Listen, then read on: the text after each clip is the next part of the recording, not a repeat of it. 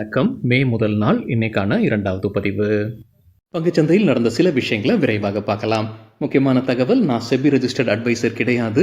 நம்ம சேனல்ல இருந்து எப்போதுமே ஸ்டாக் ரெக்கமெண்டேஷன்ஸ் கிடையாது.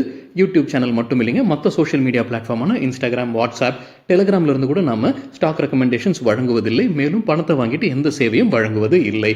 பல போலியான குரூப் இயங்கிட்டு இருக்கு. தயவு செய்து ஜாகிரதையாக இருங்க.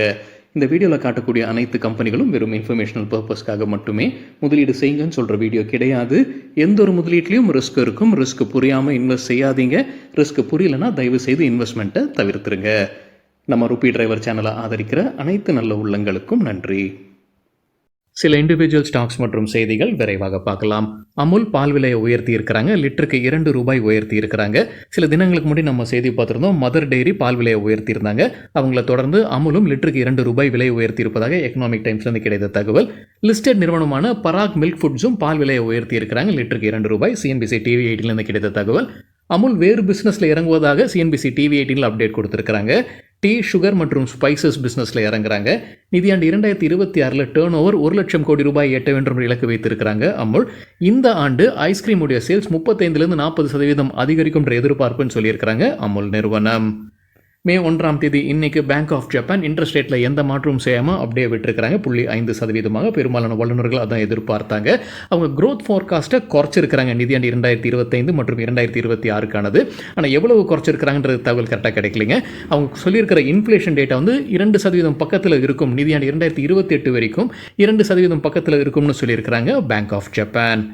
மே 7ஆம் தேதி யூஎஸ் ஃபெடரல் ரிசர்வ் அவங்களுடைய இன்ட்ரெஸ்ட் ரேட் குறித்து முடிவெடுக்க இருக்கிறாங்க.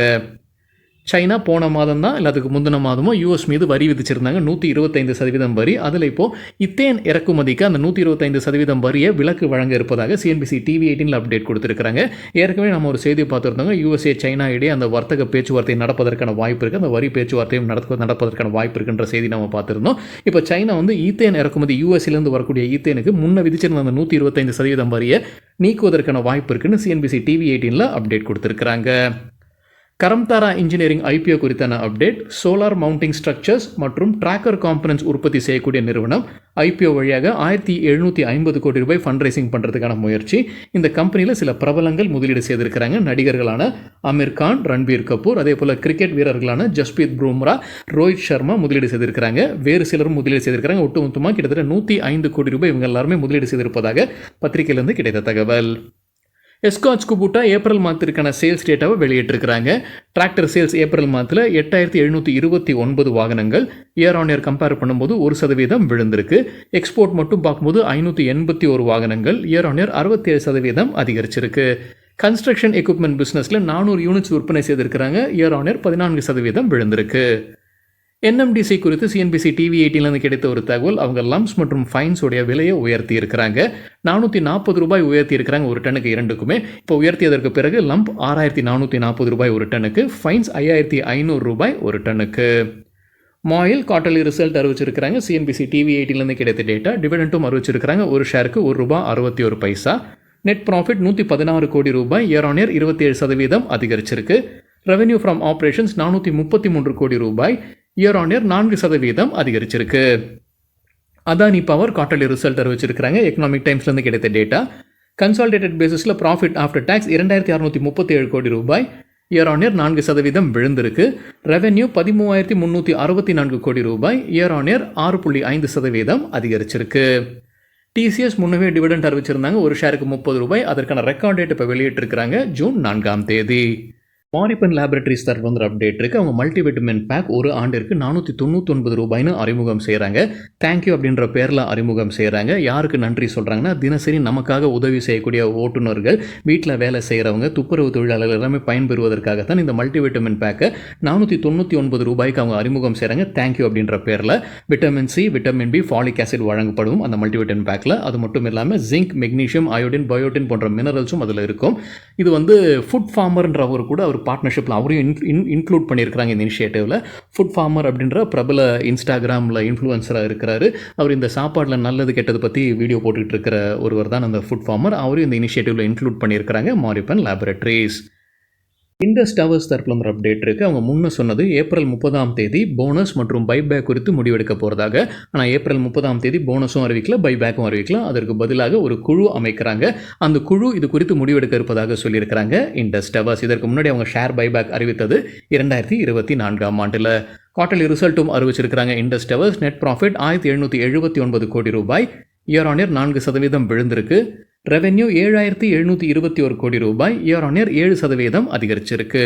முழு நிதியாண்டு 2025 கன்சாலிடேட்டட் ப்ராஃபிட் ஆஃப்டர் டாக்ஸ் 9932 கோடி ரூபாய், இயர் ஆன் இயர் 64% அதிகரிச்சிருக்கு. கன்சாலிடேட்டட் ரெவென்யூ 30123 கோடி ரூபாய், இயர் ஆன் இயர் 5% அதிகரிச்சிருக்கு. Ward wizard innovations and mobility quarterly result மற்றும் டிவிடெண்ட் அறிவிச்சிருக்காங்க. டிவிடெண்ட் ஒரு ஷேருக்கு 10 பைசா. Q4க்கான டேட்டா பார்க்கும்போது ஸ்டாண்டலோன் பேசிஸில் டோட்டல் ரெவென்யூ 109 கோடி ரூபாய், இயர் ஆன் இயர் 15% விழுந்திருக்கு. ப்ராஃபிட் ஆஃப்டர் டாக்ஸ் 6.5 கோடி ரூபாய், இயர் ஆன் இயர் 51% அதிகரிச்சிருக்கு. முழு நிதியாண்டுடைய டேட்டா பார்க்கும்போது டோட்டல் ரெவென்யூ 302 கோடி ரூபாய், இயர் ஆன் இயர் 5% விழுந்திருக்கு. ப்ராஃபிட் ஆஃப்டர் டாக்ஸ் 7 கோடி ரூபாய், இயர் ஆன் இயர் 52% விழுந்திருக்கு. ஒன் மோபிக்விக் சிஸ்டம்ஸ் தரப்புல ஒரு அப்டேட் இருக்குது. அவங்களுடைய ஜாக் பேக்கு RBI ஒப்புதல் வழங்கியிருக்கிறாங்க. ஆன்லைன் பேமெண்ட் அக்ரிகேட்டராக செயல்படுவதற்கு RBI அனுமதி வழங்கியிருக்கிறாங்க.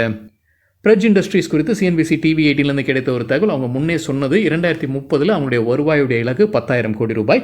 அதை தொடருவதாக சொல்லியிருக்கிறாங்க CFO. அந்த இலக்கை தொடர்றாங்க.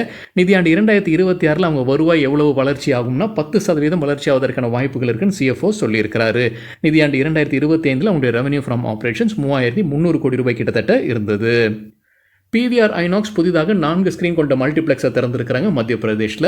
இதை சேர்த்து கம்பெனி கைவசம் 1738 ஸ்க்ரீன்ஸ் இருக்குது. 111 நகரங்கள், இந்தியா மற்றும் ஸ்ரீலங்காவில். Jindal steel and power dividend அறிவிச்சிருக்கிறாங்க. ஒரு ஷேருக்கு 2 ரூபாய். ஜாகில் ப்ரீபெய்ட் ஓஷன் சர்வீசஸ் தரப்பு அப்டேட் இருக்குது. ஆஸ்டர் DM ஹெல்த் கேர் கிட்ட இருந்து ஒரு கான்ட்ராக்ட் கிடைக்குது. என்ன தொகைக்குன்னு சொல்லலை, ஒரு ஆண்டிற்கான கான்ட்ராக்ட் இது. பாரஸ் டிஃபென்ஸ் குவார்ட்டர்லி ரிசல்ட் அறிவிச்சிருக்கிறாங்க. NDTV ப்ராஃபிட்லேருந்து கிடைத்த டேட்டா. ஸ்டாக் ஸ்பிளிட்டும் அறிவிச்சிருக்கிறாங்க. 10 ரூபாய் இருக்கக்கூடிய ஃபேஸ் வேல்யூ 5 ரூபாயாக மாற்றுறாங்க. ரெக்கார்ட் டேட் பின்னர் அறிவிக்கப்படும். டிவிடெண்ட் அறிவிச்சிருக்கிறாங்க. ஒரு ஷேருக்கு 50 பைசா. அதற்கான ரெக்கார்ட் டேட்டும் பின்னர் அறிவிக்கப்படும் சொல்லியிருக்கிறாங்க பாரஸ் டிஃபென்ஸ். குவார்ட்டர்லி ரிசல்ட் பார்க்கும்போது கன்சாலிடேட்டட் பேசிஸில் ரெவென்யூ 108 கோடி ரூபாய், இயர் ஆன் இயர் 36% அதிகரிச்சிருக்கு. நெட் ப்ராஃபிட் 21 கோடி ரூபாய், இயர் ஆன் இயர் 117% அதிகரிச்சிருக்கு. ரொசாரி பயோடெக் குறித்து CNBC TV 18 கிடைத்த ஒரு தகவல். நிதியாண்டு 2026 ரெவென்யூ growth அவங்க இலக்கா வைத்திருப்பது 10% 15%. அவங்க ஏற்றுமதி மற்றும் கெப்பாசிட்டி எக்ஸ்பான்ஷனில் கூடுதலாக கவனம் செலுத்த இருக்கிறாங்க. கடந்த ஆண்டு எக்ஸ்போர்ட் வழியாக வந்த கான்ட்ரிபியூஷன் 27%. அதாவது ஒட்டுமொத்த சேல்ஸில் எக்ஸ்போர்ட் வழியாக வந்தது 27%. ஸோ அதை அதிகரிக்க வேண்டும்ன்ற இலக்கு வைத்திருக்கிறாங்க Rossari biotech. Strides pharma science தரப்பு ஒரு அப்டேட் இருக்குது. கம்பெனியுடைய ஒரு மருந்துக்கு United States Food and Drug Administration ஒப்புதல் வழங்கியிருக்கிறாங்க.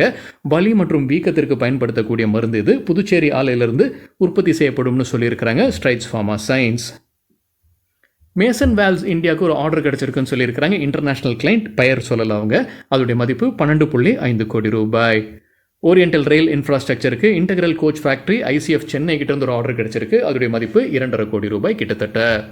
S&S பவர் ஸ்விட்ச் கியர் லிமிடெடுக்கு ஒரு ஆர்டர் கிடைச்சிருக்கு வேதாந்தா கிட்ட இருந்து. அதோடைய மதிப்பு 5 கோடி ரூபாய். Equitas small finance bank quarterly result அறிவிச்சிருக்கிறாங்க. ப்ராஃபிட் 42 கோடி ரூபாய், இயர் ஆன் இயர் 80% விழுந்திருக்கு.